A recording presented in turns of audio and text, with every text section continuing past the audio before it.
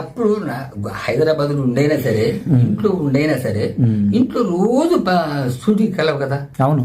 రోజు ఎవరో ఒకళ్ళు వచ్చి మాట్లాడరు కదా. అన్నయ్య ఎట్లా, అరే అన్నయ్య శ్రీనివాస అన్నయ్య ఎట్టున్నావురా, ఎట్టున్నావు అన్నయ్య, ఏం చేస్తున్నావు, బ్రహ్మంగారు పావుల డబ్బులు వస్తున్నాయా, మరి నీకు తిట్టడానికి అన్ని ఏమైనా ఉన్నాయా, సింపుల్. అంతే అంతే సార్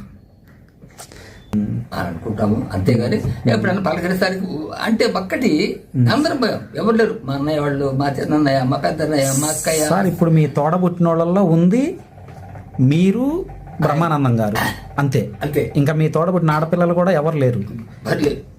నా కూతుళ్ళు ఉన్నారు, మా అన్నయ్య గారి కూతుళ్ళు ఉన్నారు. అదే అంటే మీ తోడబుట్టిన వాళ్ళు అంటూ మీరిద్దరే, మీ తల్లి సంతానం మీరిద్దరే ఉన్నారు. మేమిద్దరే ఉన్నాము. ఎప్పుడైనా వచ్చి వెళ్తా ఉంటారు సార్ మీ దగ్గరికి? అంటే తక్కువ, ఎప్పుడు వస్తాడు కానీ నేను కూడా, ఎందుకంటే ఒకటే విషయం నేను చెప్తూనే, ఎందుకంటే ఒకసారి 2 సార్లు గొప్పవాడు పలకరిస్తే చిన్నవాడికి కాస్త చదువుగా ఉంటుంది, మాట్లాడడానికి బాగుంటుంది, ధైర్యం ఉంటుంది. ఆ ధైర్యం లేదు బాబు. అదేలేండి సార్, అదేలేండి. మనకు మనంగా వెళ్తే ఎలా ఉంటది, ఎలాగుంటదో అనే ఒక భయం అని అంతే తప్ప వేరేం లేదు. వాడు అంటాడు కూడా కాదు, కానీ మేము మనకే ఆ ఫీలింగ్ అనమాట. అంతే తప్ప అంటే పలకరిస్తారు కదా. ఇప్పుడు నువ్వు వచ్చి అన్నావు అనుకోండి, మీరు వచ్చారనుకోండి, మరి ఎంత ప్రేమగా ఉంటేనే కదా మరి. అవును, ఏదైనా లేదు. ఇప్పుడు నేను మాత్రం ఒక్కడనే ఉన్నాను.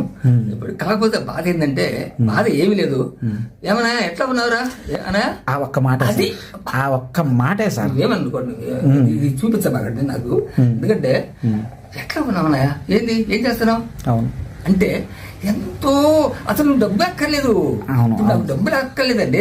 వచ్చాడంట, నాకు తెలియదు, నిన్ననో ఇవాడు. ఇప్పుడు నాకు బాధేసింది, నేను నడవలేను, పెట్టలేను. అవునండి సార్, అవును. నడవగలుగుతాను కూడా చిన్నగా, ఎక్కడుంటాడో ఏమిటో, ఎట్లా పోవాలో ఏమిటి, అంతమంది జనాల్లో ఎత్తుక్కొని వెళ్ళాలి కదా. వాడు రాకపోయినా రావడానికి వీలుపడదు, నా ఇళ్ళని బాధపడతారు, సమస్య. అవును అవును, ఆయన ఇక్కడ దిగాడంటే అసలు ఈ రోడ్డు పట్టదు. లేదు, వచ్చాడు అనే నువ్వు వచ్చి, నువ్వు ఇది కూడా కాదు, హైదరాబాద్ నన్ను తీసుకొని రానా అని ఒకసారి చూడాలని అని అంటే, అవును సార్, అవును అవును, అది చాలు, ఇంకేమి లేదు. అవునవును. ఇప్పుడు అమ్మాయి దండం పెడతారు హాయిగా, నేను బ్రహ్మంగారి గుడిలో ఉంటాను. అవును, బ్రహ్మంగారి గుడిలో పూజారి చేస్తుంటాను. అవును సార్, ఎవరైనా పావుల బయట వస్తే లేకపోతే లేదు. నాకు మాత్రం ఆ స్వామి నాకు చక్కగా చూస్తున్నాడు.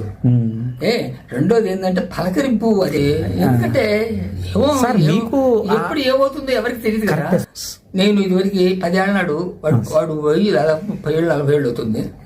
నేను అప్పట్లో నేను కూడా పాటలు పాడతాను, నేను కూడా నాటకాలు వేస్తాను. నేను ఆశపడ్డా, అది కూడా చేయబడ్డది బాధ. ఇప్పుడు ఏం చేయగలను?